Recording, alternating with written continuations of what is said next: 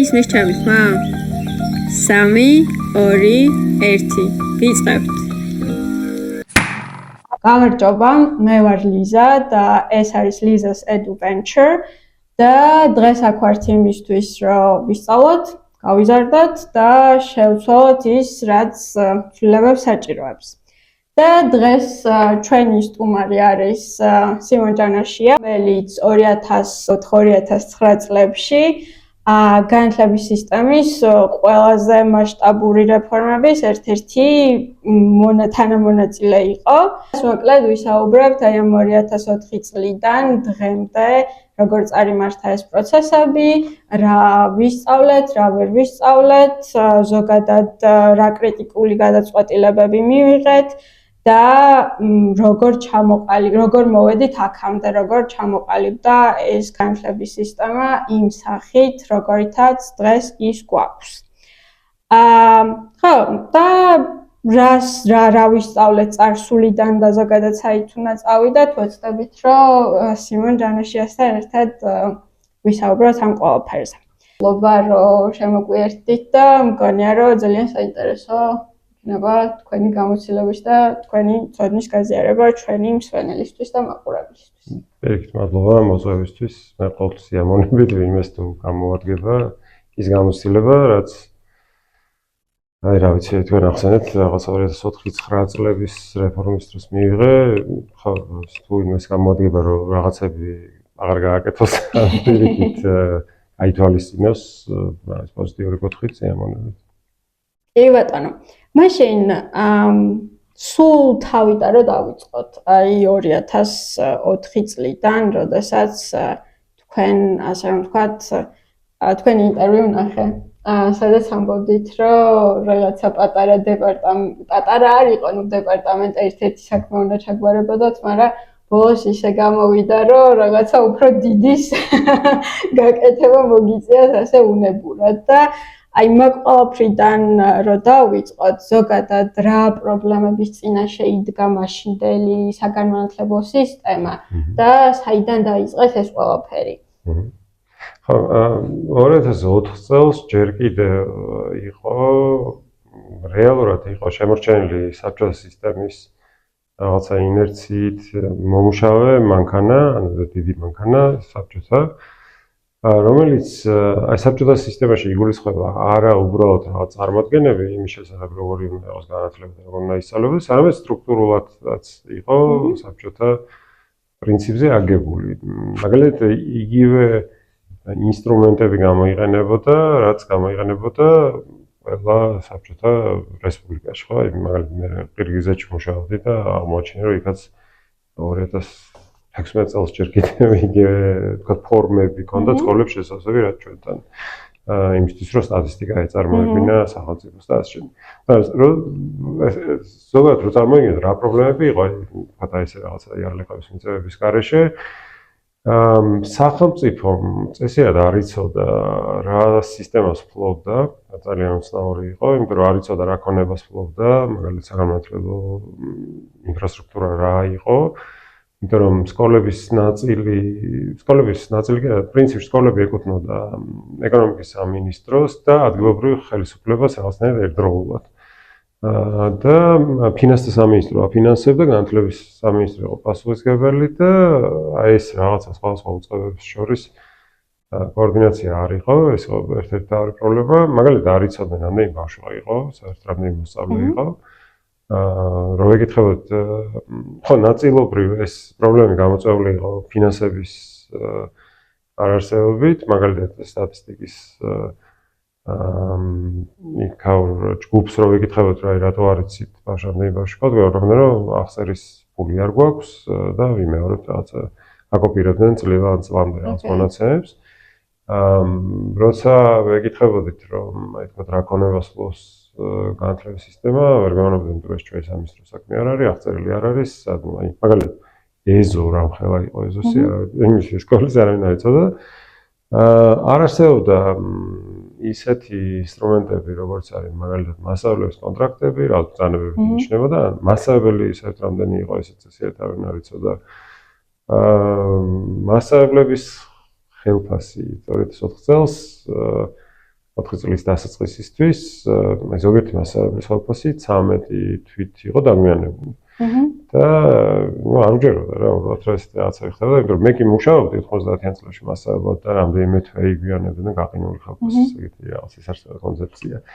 და მაგრამ ის რომ აი შევა 1 წელზე მეტი დაგვიანებული ყოფილი ხალხოსთან ეს ხალხოსი არ იყო დიდი. ამ დროს უბრალოდ შეგიკითხებით, ანუ ეს ხალხოსები გვიანდებოდა იმიტომ რომ ბიუჯეტში ფული არ იყო თუ იმიტომ რომ არ იცოდნენ როდის ვისთვის რა უნდა გადაეხადათ? სტრუქტურულად იყო ისე მოწყობილი რომ ადვილი იყო ეს ფული დაკარგული იყო სისტემაში. ანუ პრინციპი იყო ასეთი რომ ადგილობრივი ხელისუფლება ფლობდა ანუ ადგილობრივი ხელისუფლებას ჰქონდა ვალდებულება რომ დაეფინანსებინა სკოლები.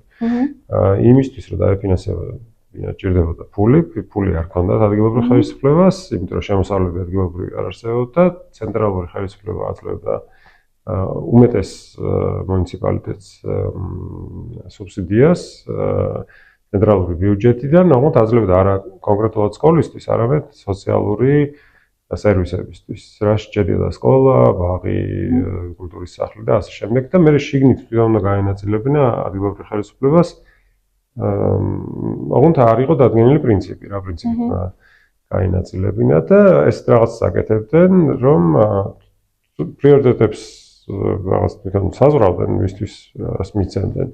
მაგრამ ამ პრიორიტეტების ნაწილი იყო პოლიტიკური, ან პარტიული და იყო სუბიექტურიც. აი მაგალითად, თუ სკოლის დირექტორი ჩააწყობდა რაღაცნაირად, რომ მის სკოლას მეტი ფული ჰქონდა და მის სკოლა მეტ ფულს მიიღებდა. ანუ ჩააწყობდა შეიგულისხმებოდა შეიძლება ყოფილიყო ეს ვთქვათ, რაღაც პრესტიჟის საკითხი, რომ ეს სკოლა დაეფინანსებინა და არა სხვა. შეიძლება ეს ყოფილიყო კორუფციის საკითხი, რომ ეს სკოლა დაუბრუნებდა ფულის ნაწილს რაღაც ფორმით ადგილობრივ ხელისუფლებას, მაგალითად დაასაქმებდა ნათესავს ან ასე შემდეგ და ან პირდაპირ კეშბექით მიცემდა უკან. ან შეიძლება ეს ყოფილიყო პარტიული რაღაცა მიზანშეწონილობის საკითხი, მაგალითად ამ სკოლაში მეტი ბავშვი მეტი მასწავლებელია და ამიტომ თითოეულ ბავშვზე მეტი ფული მიეცა ამ სკოლისთვის. ან რაიმე ფორმულა არ არსებობდა, არსებობდა ისტორიული დაფინანსება. ისტორიული დაფინანსება გულისხმობს იმას, რომ უბრალოდ უყურებ წინა წლებში რამდენი ჰქონდა და მე იმის ვიღავით დაფინანსებ. მაგრამ აი რო ვიკითხოთ, რამდენი იყო განათლების ბიუჯეტი, თქვა 2003 წელს, ან 2002 წელს, ესეთი მონაცემი პრაქტიკულად არ არის, არის უბრალოდ კვლევები, რომელიც ზოგია uns ერთ რაღაცა თანხას, ზოგი მეორეს, იმიტომ რომ ეს მუნიციპალიტეტების ბიუჯეტებში იყო გაბნეული.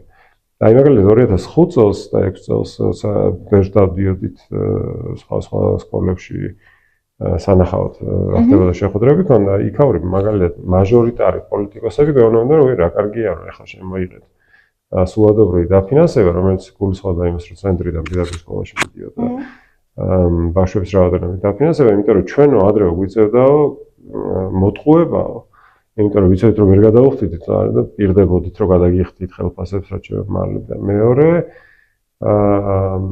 ვაჭრობდნენ სკოლებთან პოლიტიკურად თუ მოგვაგებინებთ არჩევნებს, მაშინ ჩვენ გადაგიხდით ხელფასს და შეიძლება ვერ მოება არჩევნები, ხელფასი შეიძლება დაგვიადებონება. ანუ შინაარსის პრობლემა იყო, რომ არავინ არ იცოდა რა ისწავლებოდა სკოლაში.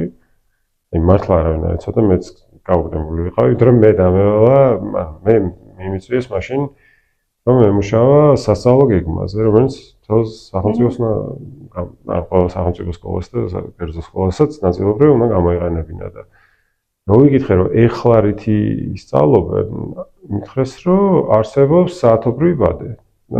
საათობრივი ბადეში უბრალოდ ეწერა რომელიც საგანი ამდენ ხანს ისწავლება და არსებობდა კიდევ სასწავლო გეგმები, რომელიც რეალურად იყო პროგრამები, რომელიც მხოლოდ შინაარსს არეგულირებდა, ოღონდ ესენი არ იყო დამტკიცებული.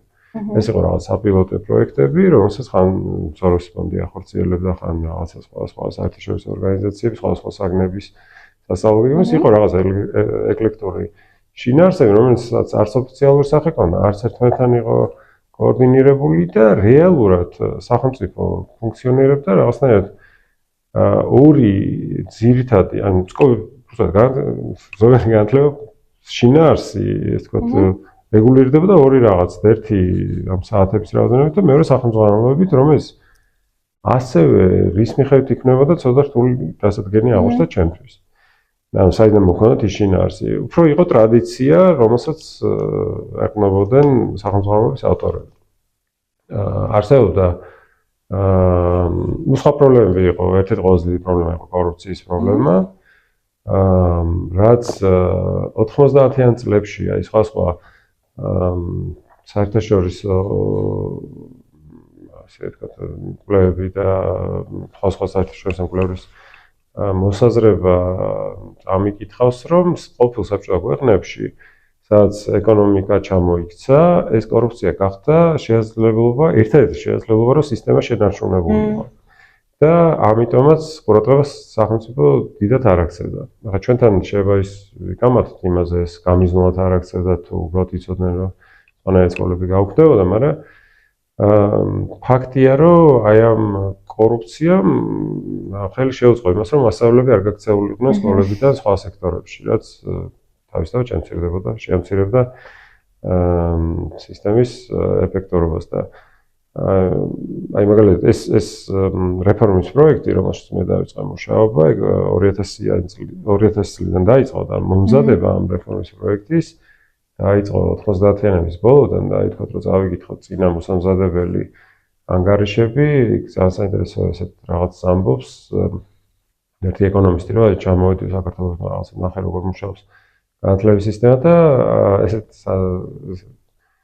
ნახევარ სახუმარო რაღაც ამბობს, რომ საქართველოს განათლების სისტემა არის მსოფლიოში ყველაზე ხარშთეფექტიანი სისტემა. პრაქტიკულად არაფერს არ ხარჯავს სახელმწიფო და ის მაინც მუშაობს. მართლა ესე იყო, იმიტომ რომ მე თვითონ სკოლაში მუშაობდი 90-იანების შუიდან, როცა სულ განაკვეთზე მუშაობდი, მქონდა 20 ლარი, მაგრამ როცა რაღაც ნაწილს გადავედი ნახევარ განაკვეთზე, 1 ლარი მქონდა ხელფასი თვეში, პლუს 9 ლარიანი დახმარება იყო მერიის. მაგრამ თბილისში თუ არ მუშაობდი, ისიც არ მქონდა ეს 9 ლარიანი დახმარება. ხო და თავისთავად მართლა ესე იყო, რომ რაღაცნაირად გველმოქმედება იყო ადამიანისთვის სკოლაში მუშაობა. თუ მე კიდე რაღაცას ძალკე შემოსავალს არ მოძებნიდი, რომელსაც სკოლა გაძლევდა. მე რახან ბინის პულს არ ვეხტიდი და რაღაცა ჩემი ოჯახი ზრუნავდა იმაზე, რომ შეერიყავით, ხო, ეს რაღაცა ის იყო. ჩემი რაღაცა კონტრიბუცია სისტემისთვის. გასაგებია. ანუ ძირითადად კეთილი ადამიანების და საწყალი ადამიანები. სხვა რა არაფერში გულია. საწყალი ადამიანები. შეიძლება ორივე ერთად ხაზახანი, ხო? შეიძლება. აი, კორუფციაზე ვსაუბრობდით და სხვათა შორის ერთიანი ეროვნული გამოცდებით ხო იდეაში მაგიტო დაინერგა და ეს რეფორმაც მაგიტო განხორციელდა და მაგასთან დაკავშირებით მაინტერესებს ხო შეგვეძლო რომ არ ვიცი სხვა გზით წავსულიყავით მაგალითად იმიტომ რომ ვთქვათ არსებობს სხვადასხვა ქვეყნების გამოცდებაზე მაგალითად არ ვიცი სამოტივაციო წერილით რაღაცა ქულებით და ასე შემდეგ და აი მაგზით რატო არ წავედით მე კი მაქვს რაღაცა ჩემი მოსაზრება მაგრამ მაინტერესებს ანუ ესე ერთი მიზეზი არ არის რაღაც როცა დიდი დამაშტაბური ცვლილება ხდება ყოველთვის არის ხოლმე რაღაც სხვადასხვა ჯგუფების სხვადასხვა ინტერესები, რომელსაც შეიძლება ერთ-ერთი ინსტრუმენტი აკმაყოფილებდეს. მაგალითად, ნაწილი ხალხისთვის იყო პრობლემა კორუფცია, იმიტომ რომ თვლიდნენ, რომ თუ ეხლა ეს სხვადასხვა სფეროებში კორუფცია არ შემცირდა,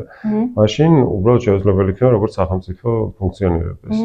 საქართველოს დროა გადასახადები არ იგრიფება, ეს რაღაცა შავი ჭდოვანი ბაზარი არსებობდა, ეკონომიკა და ასე შემდეგ.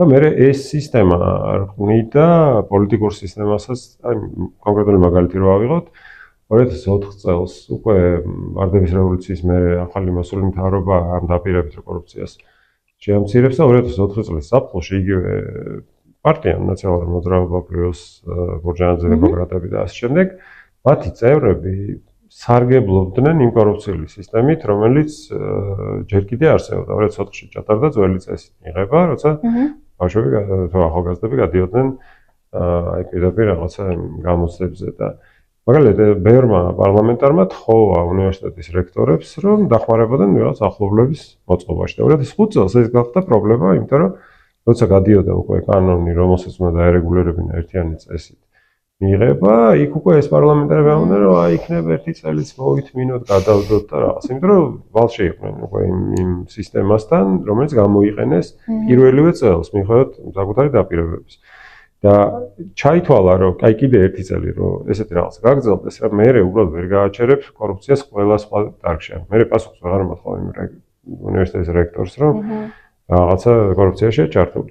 იყო ერთი საკითხი. მეორე საკითხი იყო ის, რომ მაშინდელი რეფორმები დიდწილად იმართებოდა იმ ლოგიკით, რომ თუ იქნება განათლება მოწყობილი კომერციული, რა ქვია, სამყაროდან წამოღებული პრინციპებით, მაგალითად საბაზრო პრინციპით, ხო, რომ რაღაც იქნება კონკურენცია უნივერსიტეტებს შორის, სტუდენტებს შორის და ასე შემდეგ, მაშინ ეს დაეხმარება ასევე ხარისხის ამაღლებას, ხო? ეს რწმენა არსებობდა, რომ ეს სისტემა, მისაღების სისტემა ასევე ხელს უნდა უწყობდეს იმას, რომ პრივილეგირებულ მდგომარეობაში არ იყვნენ ზოგიერთი უნივერსიტეტები, რომ დაფინანსებაც ამაზე უნდა მიიღებას, რომ არსებობს კონკურენცია და ასე შემდეგ.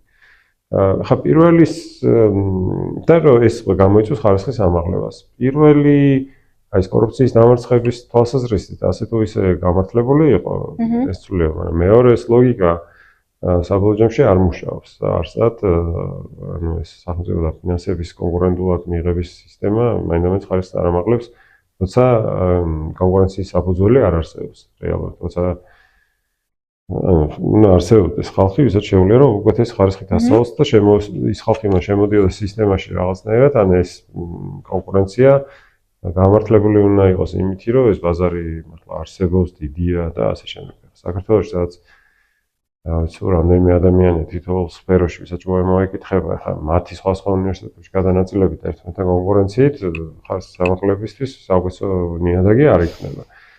ამიტომ ეს ანუ რეალურად ეს ერთიანი ეროვნული გამოცდების მიზნები სხვა იყო. მათ შორის ერთ-ერთი იყო ასევე სახელმწიფოს მხრიდან კონტროლის და მეტი დამყარების სურვილიც ჰქონდა რაღაცებს.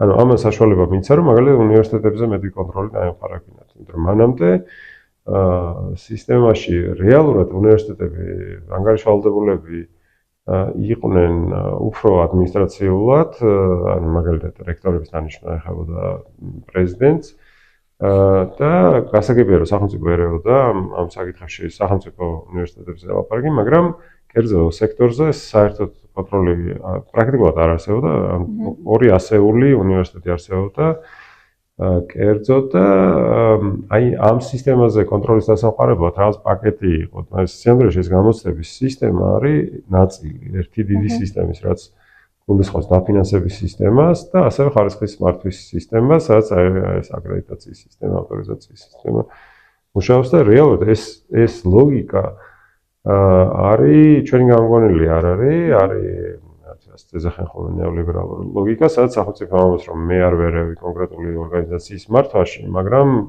წესებს ვადგენ, მე ვარ ასე ვთქვათ არბიტრი და გარედან მართავ და ის სისტემა თავისით რაღაცნაირად აი ამ კონკურენციის და შეჯიბრის საფუძველზე ვითარდება და ეს ლოგიკა ესე ძალიან მძაფრი იყო იმ წლებში, იმიტომ რომ ზოგადად პრინციპი იყო ის, რომ უნდა შემცირდეს სახელმწიფო სექტორი, რაჭეო ნაკლები უნდა იყოს ბიუროკრატია, უნდა გაუქმდეს რაჭეო მეტი ლიცენზიები. ამისი დასაბუთება იყო ძირითადად ორი არგუმენტების ორი ჯგუფი იყო. ერთი იყო რომ ეს შეამცირებს კორუფციას, რაც ნაკლები ბიუროკრატია იქნება, ნაკლები იქნება შეიძლება რომ რაღაცა მხრთამი აიღოს. და მეორე ლოგიკა იყო, რომ აი რაღაცა დასავლეთში ესეა და საბჭოთა კავშირში ესე არ იყო და მოდი ახლა რაღაცნაირად გავიმსგავსოთ იმას, რაც არის დასავლეთში და ბევრი აქედან ახლა აი ამ არგუმენტებიდან ბევრი არის პროპაგანდა და რიტორიკა და რაღაცა, მაგრამ არის იდეოლოგიიდან წამოსული არგუმენტები რეალურად, რომ ადამიანს თუ ჯერა რომ ესე ვთქვათ განათლება არ არის სოციალური საყოველთაო სიკეთე და ეს არის ინდივიდუალური სიკეთე, მაშინ აგებს პრინციპი, ასე ვთქვათ, აგებს სისტემებს ასე, რომ რაღაცა ეს იყოს შეჯიბრის ადგილი და არა თქვა რაღაცა სოციალური ურთიერთობების ადგილი ან არა სოციალური განვითარების ინსტრუმენტი და ხო ასეც იყო რა თავი გაწყვეტილების მიღებები პრინციპში ამ ლოგიკით ხელმძღვანელობდა. ძალიან საინტერესო რაღაცა შენიშნეთ უნივერსიტეტების რაოდენობაზე.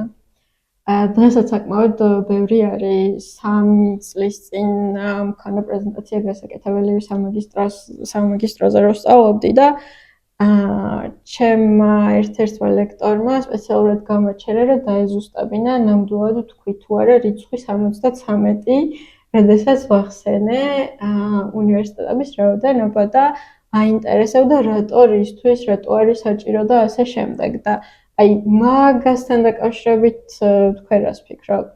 ანუ მაშინ რეფორმა ის რეფორმა დაიწყო და 250 უნივერსიტეტი იყო. და მე ჩამოვიდა რაღაც 20 აღარ მაქვს რაღაც 25-დან 30-მდე რაღაც ეს. სხვა მე ისე გაიზარდა. ხო და პრობლემა არის არა ანუ ეს რაოდენობა თავისთავად ასახავს იმას რომ რეალურად ჩვენ რაც ვეძახით უნივერსიტეტებს რაღაც სხვა რაღაც არის. ანუ ეს უნივერსიტეტების დიდი ნაწილი არის უბრალოდ შენობა. სადაც ორი რაღაცა ჯგუფი პროფესორების და სტუდენტების ჯგუფი ერთმანეთს ხვდება და რაღაც დროს ატარებენ და რეიშლებიან და ასე, ну, რა ვიცი, სატრენინგო ცენტრს და უნივერსიტეტს შორის დიდი განსხვავება აღარ არის. ხო, უნივერსიტეტი არის დაწესებული, სადაც ეს ერთობა ყალიბდება პროფესორის და სტუდენტების და სადაც კვლევა არსებობს და ასე შემდეგ და ეს სამწუხაროდ ჩვენთან დიდად არ არის პრიორიტეტული უნივერსიტეტებისთვისაც. ახლა მე მქონია შემთხვევები, როდესაც პირდაპირ ვთქვათ უნივერსიტეტის ხელმძღვანელებს, რომ ჩვენ არ გვინდა, რომ აქ მუშაობდეს პროფესორად ისეთი ადამიანი, ვისაც სხვა წასასვლელი არ აქვს. მაგალითად მიკითხავს, რომ შეგიძლიათ თუ არა რომ ჩვენ სამუშაო ადგილი და მითქვას, რომ ჩვენ არა, ეგეთ ხალხი არ გვჭირდება ჩვენ რომ აქ იჯდეს და იმუშაოს. ამ დროს პირიქით უნდა იყოს, ხო, ყველა უნივერსიტეტი უნდა ცდილობდეს, რომ აჩება დიდხანს გაატაროს ადამიანმა დრო უნივერსიტეტში შეხვდეს სტუდენტს სხვა პროფესორს პროგრამაში მონაწილეებს.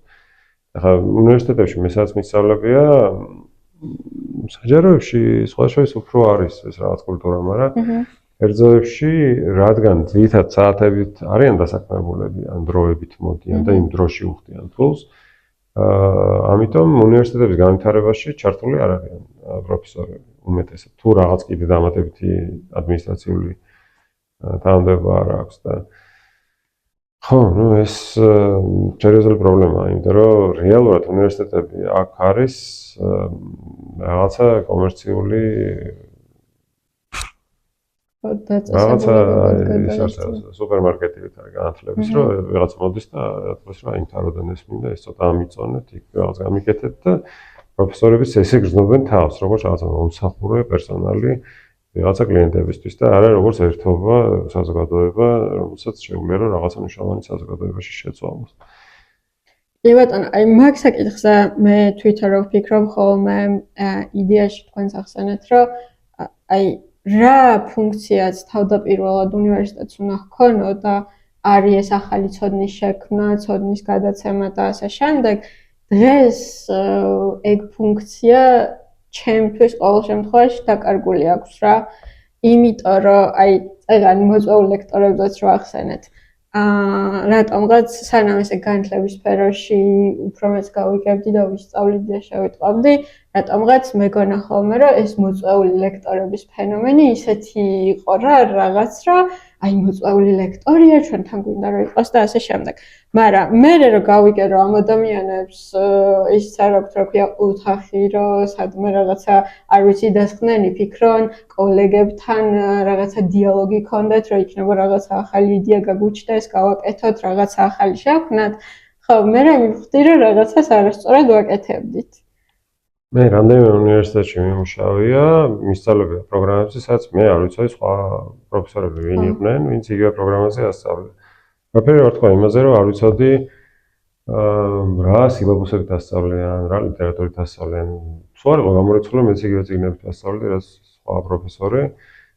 იმიტომ რომ ძალიან ესეთი შეზღუდულია რაოდენობა ქართულად არსებული ლიტერატურის და ასევე ხო ჩვენ ერთმანეთთან ვერ თანამშრომლობთ არაფერს. აი მაგალითად სტუდენტს რო ხედავ რომ პრობლემა აქვს, არ ვიცოდი ისთვის უნდა მეკითხა კონკრეტული სხვა პროფესორი იგივე პრობლემა აქვს თუ არა, დადის თუ არა მაგალითად სტუდენტი მასთანაც თუ მე არ მოწონვარ და იმიტომ რომ დადის ან რაღაცა პრობლემა აქვს რა ვერ იტანს რაღაცა ჩაურევა ხალხს.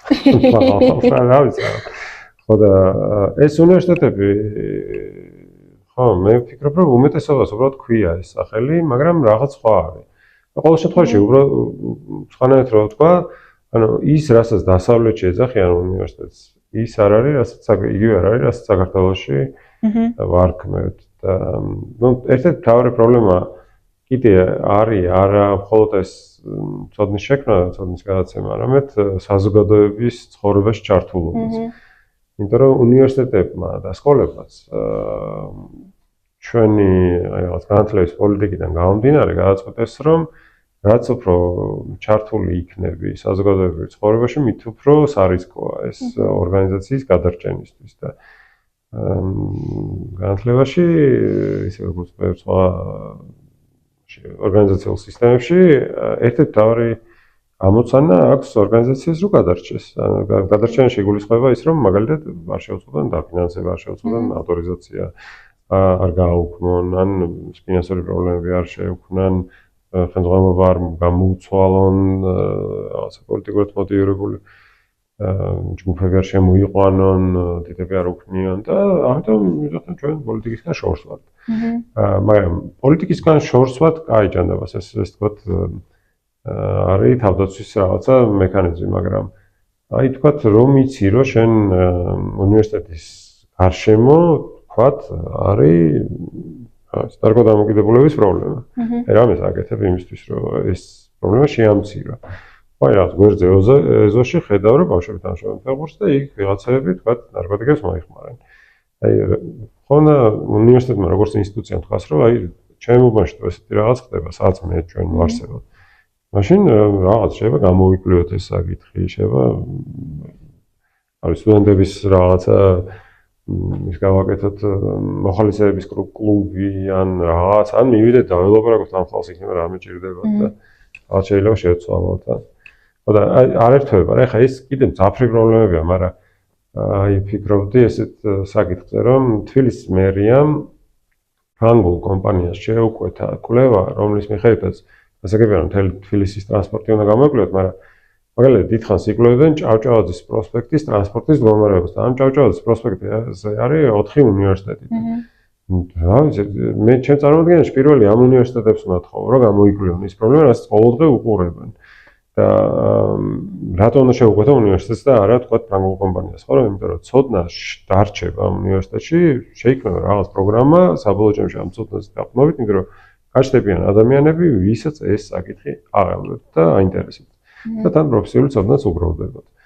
და მე ნელ-ნელა გასაგებია რომ შეიძლება ისე ვერ გააკეთოს ახლა დღეს, იმიტომ რომ პირველად შეიძლება გააკეთოს ეს კვლევას, მაგრამ და ამიტომ შეიძლება სხვასთან ერთად გააკეთოს, რაღაც იმათ ფრანგულ უნივერსიტეტთან ან კომპანიასთან ერთად ან რა ვიცი, სხვებთან ერთად, მაგრამ ეს დამოკიდებულება საზოგადოებაში რომ უნივერსიტეტი უნდა ეხმარებოდეს, ან ზოგადად აკადემია უნდა ეხმარებოდეს საკუთარი საზოგადოებრივი პრობლემების გადაჭრაში, ეს დამოკიდებულება არ არსებობს და ამას ბევრი მიზეზი აქვს, მათ შორის უნივერსიტეტების სისუსტისგან გამომდინარე და განათლების პოლიტიკიდან გამომდინარეც. აი ის კვლევების ამბავი ახსენეს და რაც შევამჩნიე, ანუ ბოლო წლებში რა იდეაში მე შევამჩნიე ხა თორმეტად ეს არსებობდა ეს პრობლემა, რომ ინტერნაციონალიზაციაზე თუ ვისაუბრებ და აი ქართულად ჩატარებულ კვლევებზე და ასე შემდეგ, ეს ყველაფერი შედეგები იქნება, ნაშრომები იქნება თუ ასე შემდეგ, ძირითადად არის ხოლმე ქართულ ენაზე, ხო?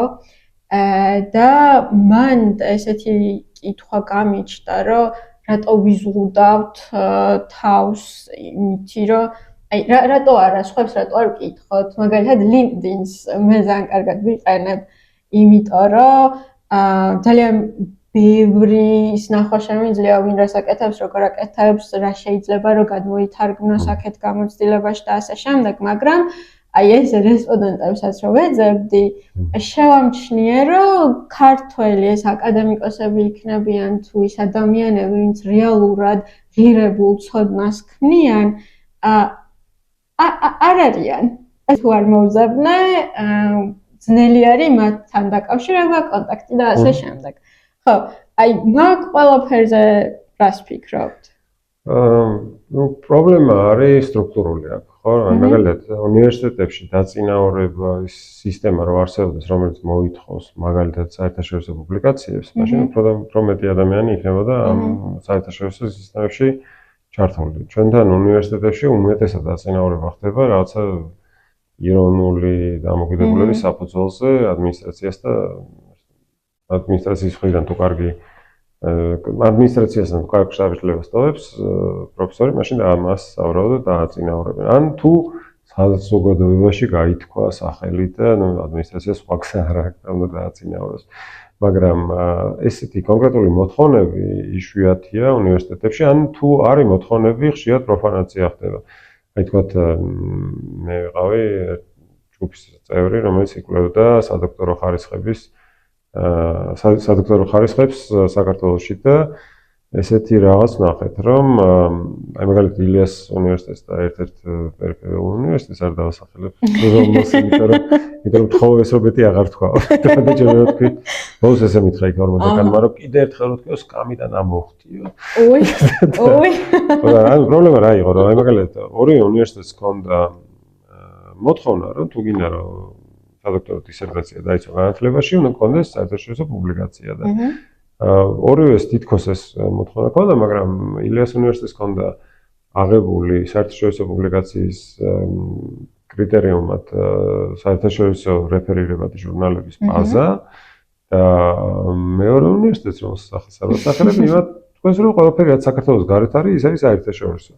და ამიტომ მაგალითად განჯის უნივერსიტეტის ჟურნალში გამოქვეყნებული სტატიაც ისეთივე ღირებული იყო, როგორც ვთქვათ, Thomson Reuters იმის ბაზაში გამოქვეყნებული ჟურნალში და თუ იმაში ბაზაში ყოფ ჟურნალში გამოქვეყნებული სტატია, რომელსაც ჭირდება ბევრად მეტი თეორიული ცოდნა და გამართული სტრუქტურა და შინაარსი, ვიდრე როცა ფულს იხდი ის რომელიღაც ქვეყნის ისეთ ჟურნალში, რომელსაც უნდა ფული გააკეთოს ამ სამეცნიერო გამოქვეყნებას.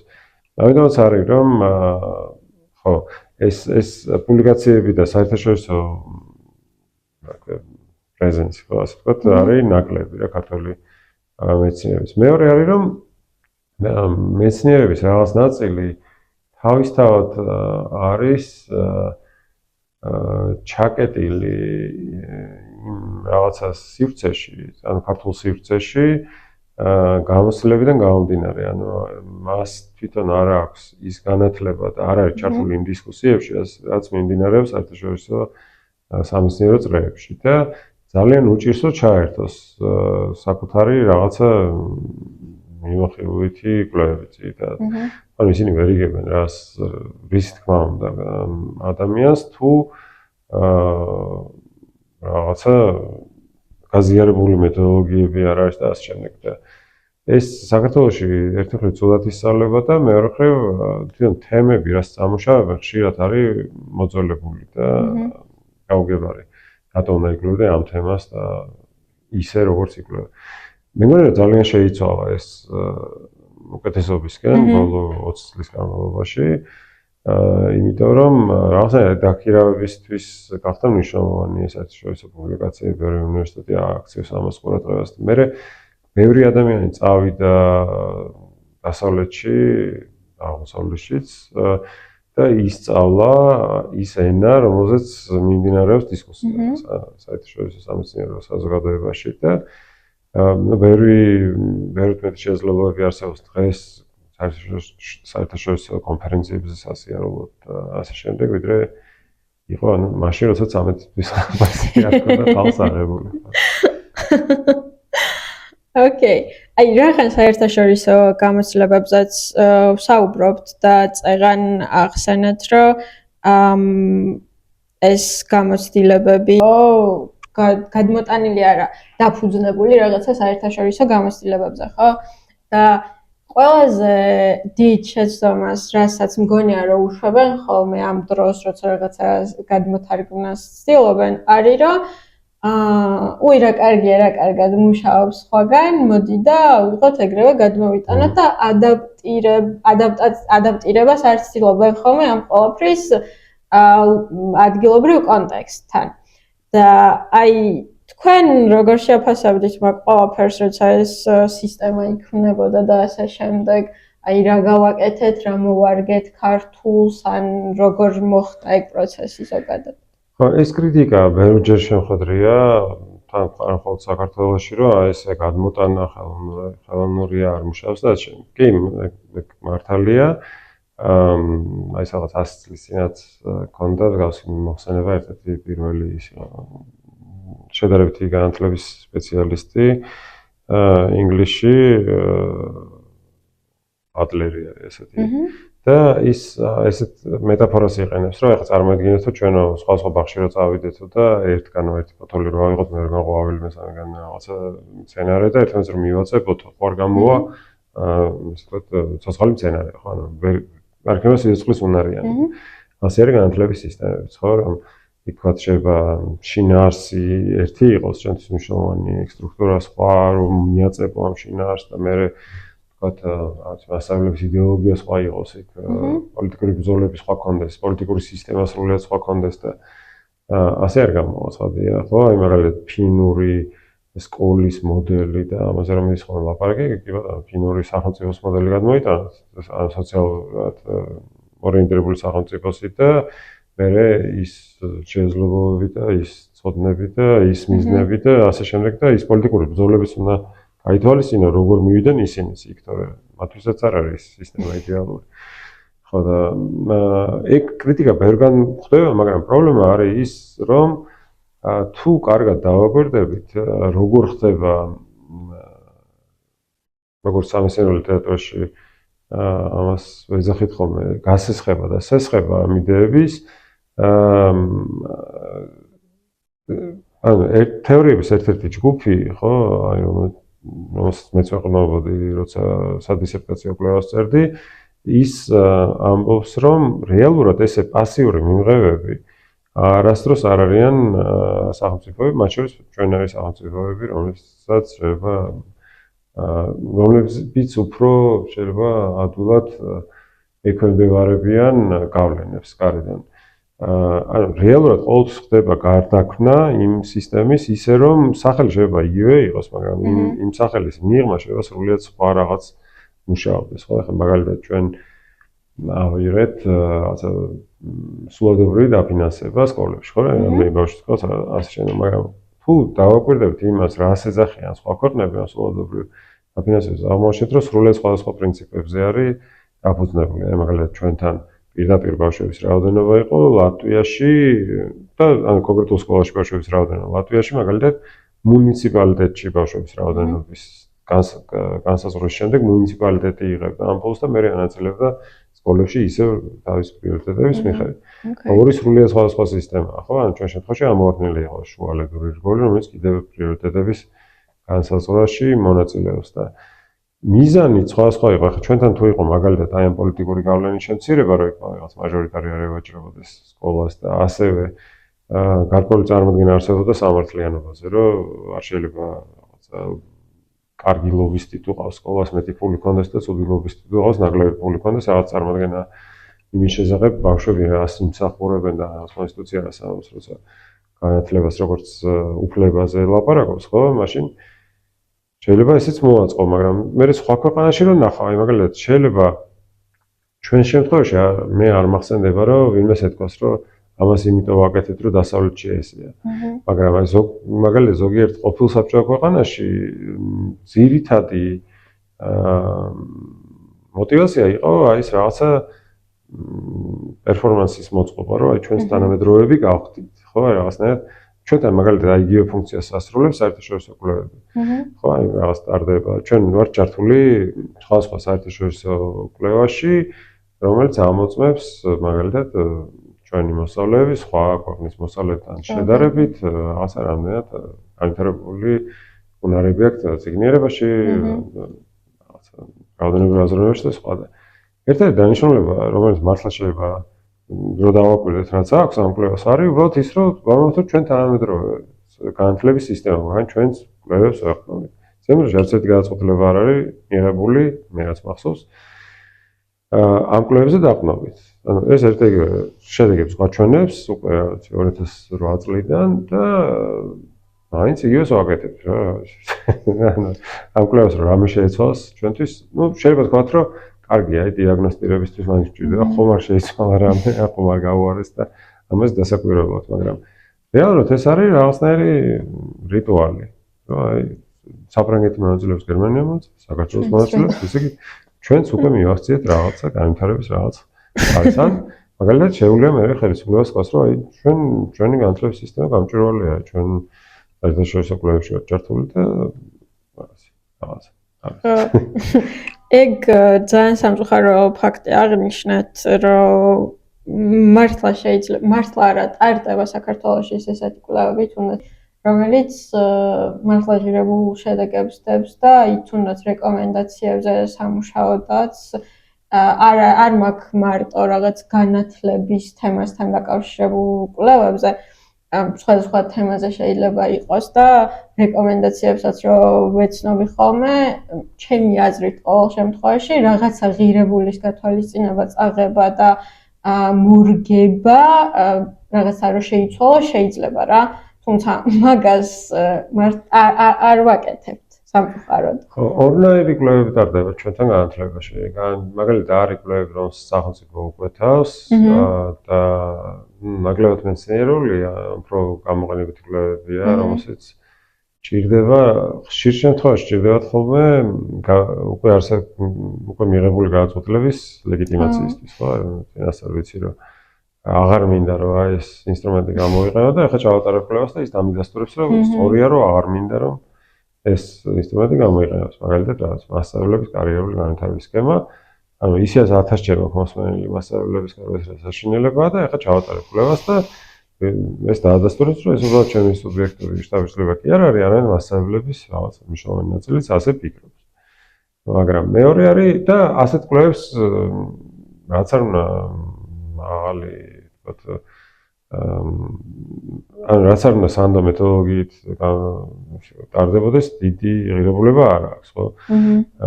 და არის თქვენი რაღაცა რესურსების ფუჭი გარკვევა და მეორე ტიპის არის ეს მართლა როცა კვლევრიდან იწყება ეს ინტერესი, ანუ რაღაც დააკვირდება, იწყებს ფიქრს რომ რატომ ხდება ეს ასე და ცდილობს რომ ჩაუღრმავდეს რაღაც საკითხებს, ხო? პრინციპში მესამეც არის, როცა უკვე არსებული კვლევების სისტემებში ერთვებიან და ისინიც ახლა ის საერთაშორისო შეფასებები, რაც მე ვაპარაკობ პიზას კვლევა არის ყველაზე ცნობილი, ისიც არ არის მეცნიერული კვლევა სინამდვილეში, ისიც არის უბრალოდ რაღაცა გამოკითხვა. ბავშვების ასე ეძახიან ხოლმე. იმიტომ რომ არ აქვს თეორიული ჭარჭო, რომელს ეხნობა, ან რა თეორიებს ეხნობა, არავინ არ არის. და ხშირ შემთხვევაში ამის გამოც აკრიტიკებენ. ან ეს არის უფრო პოლიტიკური ინსტრუმენტი, საერთაშორისო პოლიტიკური ინსტრუმენტი, რომლითაც სარგებლობს სხვადასხვა მხარემ. არა მხოლოდ სახელმწიფოები, არამედ საერთაშორისო ორგანიზაციებიც, როცა ვთქვათ, იღებენ გადაწყვეტილებას, ვინ დააფინანსონ, ვინ არ დააფინანსონ, რა სექტორი დააფინანსონ, მაგალითად, დაწყებითი განათლების სექტორი, ხო, განათლების ზოგადი დააფინანსონ თუ მე კიდევ უფრო სიღრმეში, თქვა დაწყებითი დააფინანსონ თუ თქვა საბაზო საფეხური თუ სხვა. ანუ რაღაცნაირი პოლიტიკური არ ვიცი ქართულად რა ტერმინი არსებობს, გამოხატავს ამას commodity არის ინგლისურად რა, ეს არის რაღაცა ის არის რა, გაცვლითი ერთეული არის, რომელთაც შეგიძლია ივაჭრო მე რა, თქვა რომ აი ისიც ჩვენ რომელიღაც ქვეყანად ყავს ჩვენ პირველ 10-ში ვართ რაღაცა რეიტინგის და ამიტომ ჩავუზანდით ჩვენთან და ჩვენ გასწავლით როგორ უნდა იყოს სკოლა და მე რაღაცები ჩადიან და საგანმანათლებლო ტურიზმი არსებობს ხალხჭარის საგვირდო ასაკეთის მასწავლებელი იმიტომ რომ რაღაც რეიტინგში მაღალი საგან თქვათ ეკონომიკური ინვესტიციებისთვის რაღაცები იყენებენ ხო რომ ქვეყნები რომ ნახეთ აი ჩვენთან განვითარებულია რაოდენობრივი აზროვნება, კარგი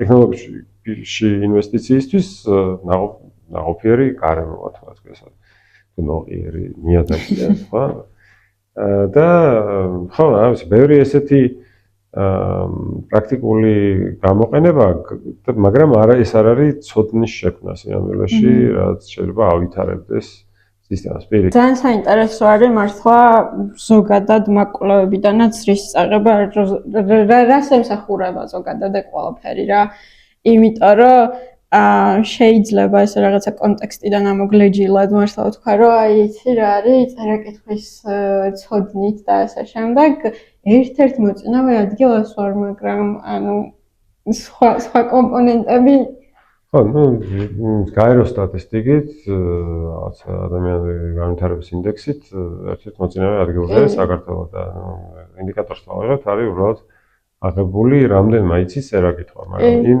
ხალხს შორის ვინც წერა-კითხვით რამდენმა იცის მაგალითად აზრის გამოტანა იმ წაკითხულიდან ეგ სხვა კვლევებში ჩანს რომ არც თუ ისე დიდმა ნაწილმა, ხო? მაგალითად ბავშვების 40% შეიძლება საერთოდ არ ესმოდეს ზედაპირზე რაც დევს ის შინაარსი არათუ რაღაც სიღრმე.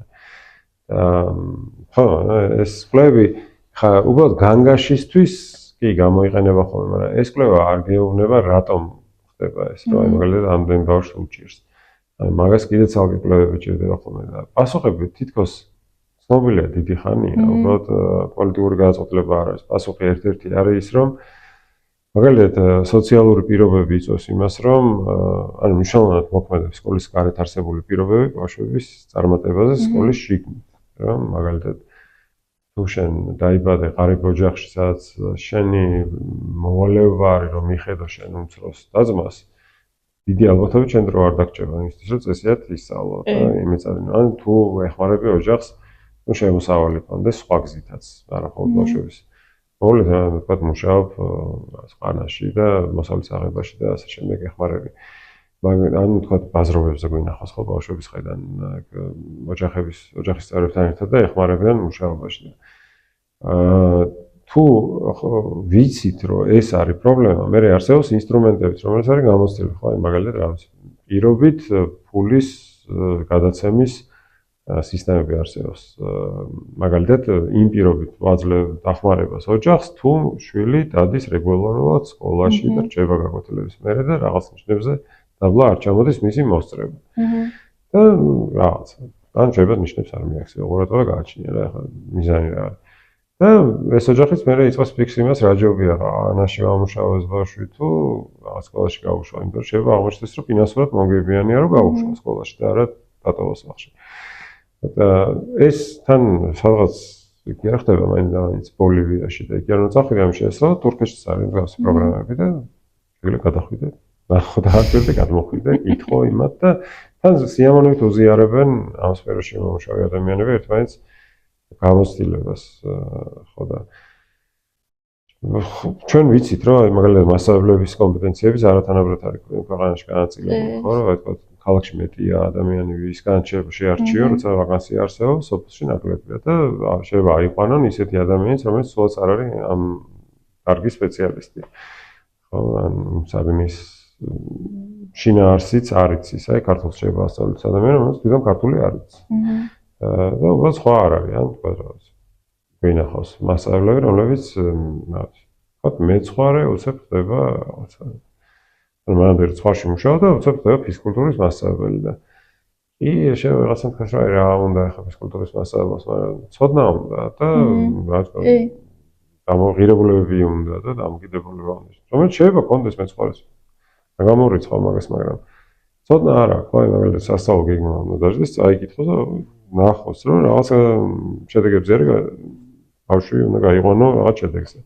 მათ შორის მაგალითად რაღაც ასწავლო ჰიგიენა, ასწავლო გუნდური მუშაობა, ასწავლო რაღაცა ფიზიკური განვითარება, ჯანსაღი ცხოვრების წესი, კვება, რაღაცა, ანუ ფიზკულტურის მასწავლებელი არ არის ის, ვინც უბრალოდ გალბურს ათამაშებს და თვითონ ზის და ტელეფონში იყურება, ხო, წესით. სოციალური დახმარებაც არის ხოლმე, ხშირად სკოლა, იქ ადგილობრივი მოსახლეობისთვის, რომ რაღაცა აი, რო წარმოიდგინოთ რა დასაქმების შესაძლებლობები არსებობს საქართველოს სოფლებში, არის სულ რამდენიმე ინსტიტუცია, ხო, სკოლა არის ხშირ შემთხვევაში ერთი, საბავშვო ბაღი ხანდახან, არის ხოლმე სოფლის ამბულატორია და მორჩა, ანუ სოფელში ბევრი არაფერი არის, ზოგში არის მაღაზია კიდე და ზოგში ეკლესიაც. მაგრამ აი სხვა სადმე რომ დასაქმდეს გარდა შინამეურნეობის შესაძლებლობები არ არის და ამიტომ ადამიანების ეძებენ სხვა ადგილს და ის სოფლის მაცხოვრებელი დირექტორიც ხშირად ეუბნება უარს ვიღაცას ადგილობრივს. რომ მისთვისაც ახლა რო ხედავს რომ რაღაც შემშლით მოგვდება თუ არა იყო სამსახურში, უწევს რომ ესე გააკეთოს. ისე როგორც თქვა იცის რომ არაკომპეტენტურია და ვერ უშვებს სამსახურიდან, იმიტომ რომ იცის რომ ორ კვირაში მე ერთად ქელეხში ისხდებიან და მას დაერქმევა რომ იყო გაწირა ვიღაცა შიმშილობაზე. მაგრამ ჩვენი პრობლემა ის არის რომ უბრალოდ როცა ღარიბია ხალხი, მაშინ განსაკუთრებით მნიშვნელოვანი ხდება ეს სოციალური კავშირი გადარჩენისთვის, იმიტომ რომ თუ არ მუშაობს ეკონომიკა ისე რომ შენ შეიძლება იპოვო შენი შესაძლებლის, შენი კომპეტენციების შესაძლებელი სხვა ადგილი, გარდა იმ ადგილის, რომელიც ერთ-ერთია და რომელშიც დახმარება გჭირდება, მაშინ ხო. გაგრძელება შემდეგ ეპიზოდში.